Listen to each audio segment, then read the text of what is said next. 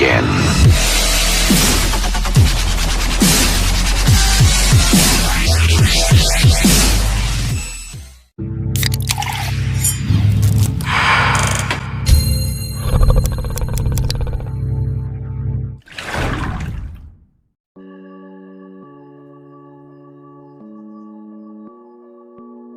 Assalamualaikum teman-teman. Perkenalkan, nama aku Mary Marwati. Halo semua, dan saya Muhammad Febriansyah.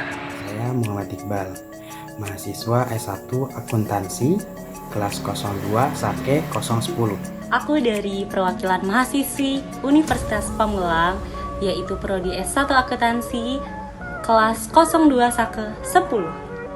Nah, di sini kami dari kelompok 6 ingin menuntaskan tugas yang diberi dosen mata kuliah Bahasa Indonesia membuat vlog tentang pentingnya bahasa Indonesia terhadap bahasa daerah.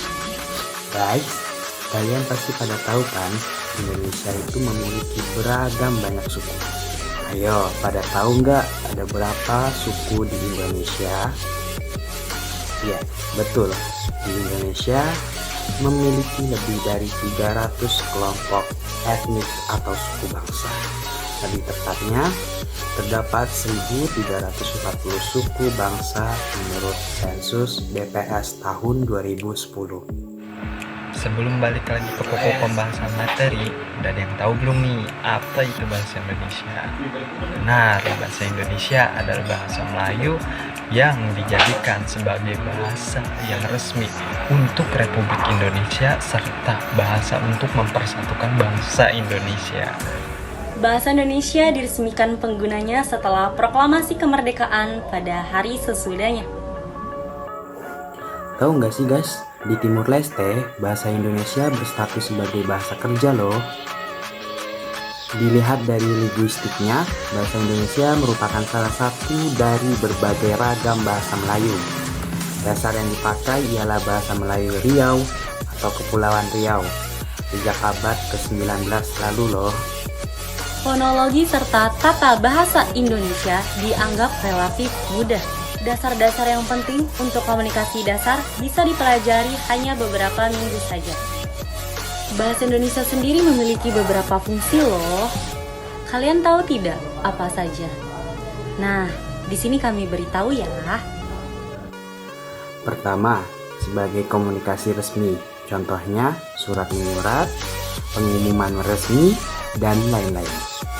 Yang kedua, pembicaraan formal di depan umum, contohnya seperti pidato, ceramah, dan mengajar.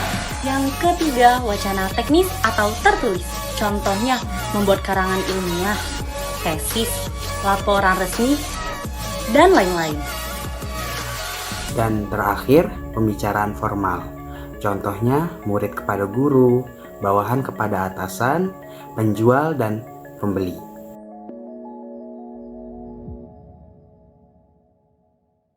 Bahasa daerah merupakan bahasa yang dituburkan di suatu wilayah dalam sebuah negara berdaulat.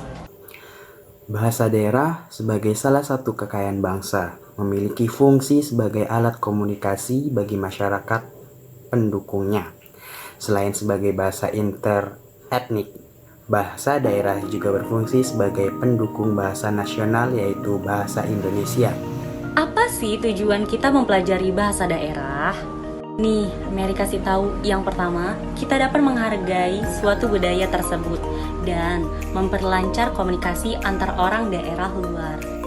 Dan untuk melestarikan dan mempertahankan bahasa daerah dan kebudayaan daerah setempat.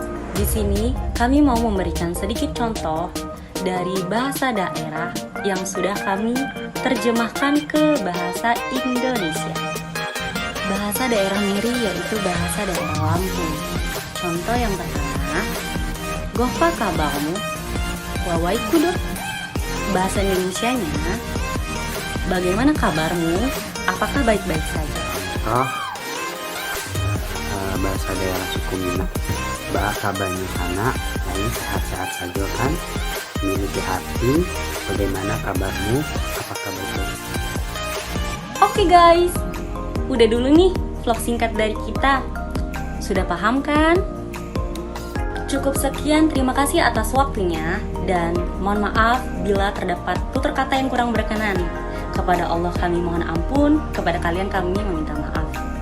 Jangan lupa berkomentar dan like-nya. See you next time.